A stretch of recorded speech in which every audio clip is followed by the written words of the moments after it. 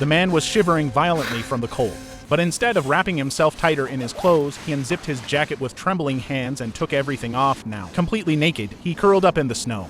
He kept breathing warm air into his hands, but it was barely enough to make a difference. Before long, his body was shaking uncontrollably. Even so, he didn't put his clothes back on. Instead, he carefully scooped up a handful of snow and tucked it into his chest, hoping it would melt into drinking water in a couple of hours. But by evening, the snow was still frozen. To make matters worse, his wet clothes hadn't dried at all. Frustrated, he couldn't believe his luck. He had gotten lost while skiing, then fallen into an icy lake. But just as despair crept in, he saw something in the distance.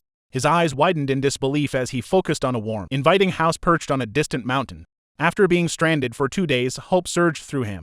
He shouted with excitement, but the biting wind quickly reminded him of reality. To conserve energy, he put on his wet clothes, curled up in the snow, and stared at the house until he drifted off to sleep. If he could just climb up there tomorrow, he'd be saved.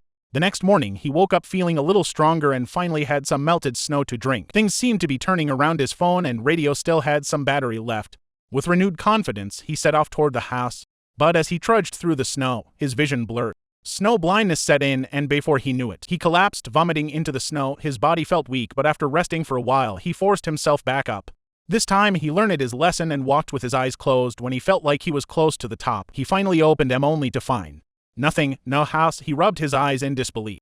The warm cabin he had seen was nothing more than a hallucination brought on by hypothermia. Despair hit him like a punch to the gut. Was this really how he was going to die? After taking a moment to calm himself, he decided to keep climbing. He was already halfway up. Who knew what he'd find at the top? That decision ended up saving his life. He walked as far as his legs would carry him, using his snowboard for support. Eventually, the pain in his legs became unbearable, forcing him to stop. He sat down and rolled up his pant leg. His sock was soaked in blood. Worse, his calf had turned purple from the cold. He sucked in a sharp breath. If he left the sock on any longer, it would fuse to his skin. That would only make things worse. Summoning all his courage, he grabbed the edge of the sock and yanked hard. But it was frozen solid, stuck like ice.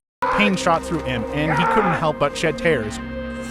He carefully peeled away the bits of flesh that had torn off with the sock. Then, slowly, he brought the piece of meat to his mouth. But he couldn't do it. He just couldn't. Instead, he stuffed it into his pocket and kept moving. By the 5th day of his disappearance, his mother knew something was wrong. She called the rescue team, explaining his situation. Soon, helicopters were searching for him despite the vast, snowy terrain. It wasn't long before he heard the sound of an approaching helicopter. His heart pounded with hope, and he shouted for help. But there was a problem. He was trapped in a dense forest. No matter how much he screamed, no one could hear him. As the helicopter started to fly away, he pushed himself to the limit, scrambling out of the trees just in time. But it seemed too late. The search crew was focused on scanning the area ahead. No one thought to check behind them. As he watched the helicopter disappear into the sky, his last bit of hope crumbled. Meanwhile, his girlfriend was on board, panic written all over her face. A massive snowstorm was about to hit, and if they didn't find him soon, he wouldn't survive. Exhausted, he collapsed in the snow, waiting for the cold to claim him. In his fading consciousness, he saw a vision of his frail mother. He couldn't imagine what losing her only son would do to her. That thought kept him alive. By the 8th day, through sheer willpower, he was still hanging on. Determined to see his loved ones again, he pulled the frozen piece of flesh from his pocket, stomach churning. He forced himself to swallow it. It was the most revolting thing he'd ever done, but he had no choice. Looking at the nearly vertical mountain slope ahead, he decided to make one last attempt. With what little strength he had left, he crawled forward inch by inch. Every few feet, he pulled out his radio, desperately checking for a signal. Nothing. Time dragged on, and finally, he reached the summit. Heart pounding, he turned on the radio one last time. Still no signal. And just like that, his last bit of battery drained from 5% to 4%. Despair washed over him. Lying on his back in the snow, he hit the record button. If these were his final moments, he wanted to leave a message for his family.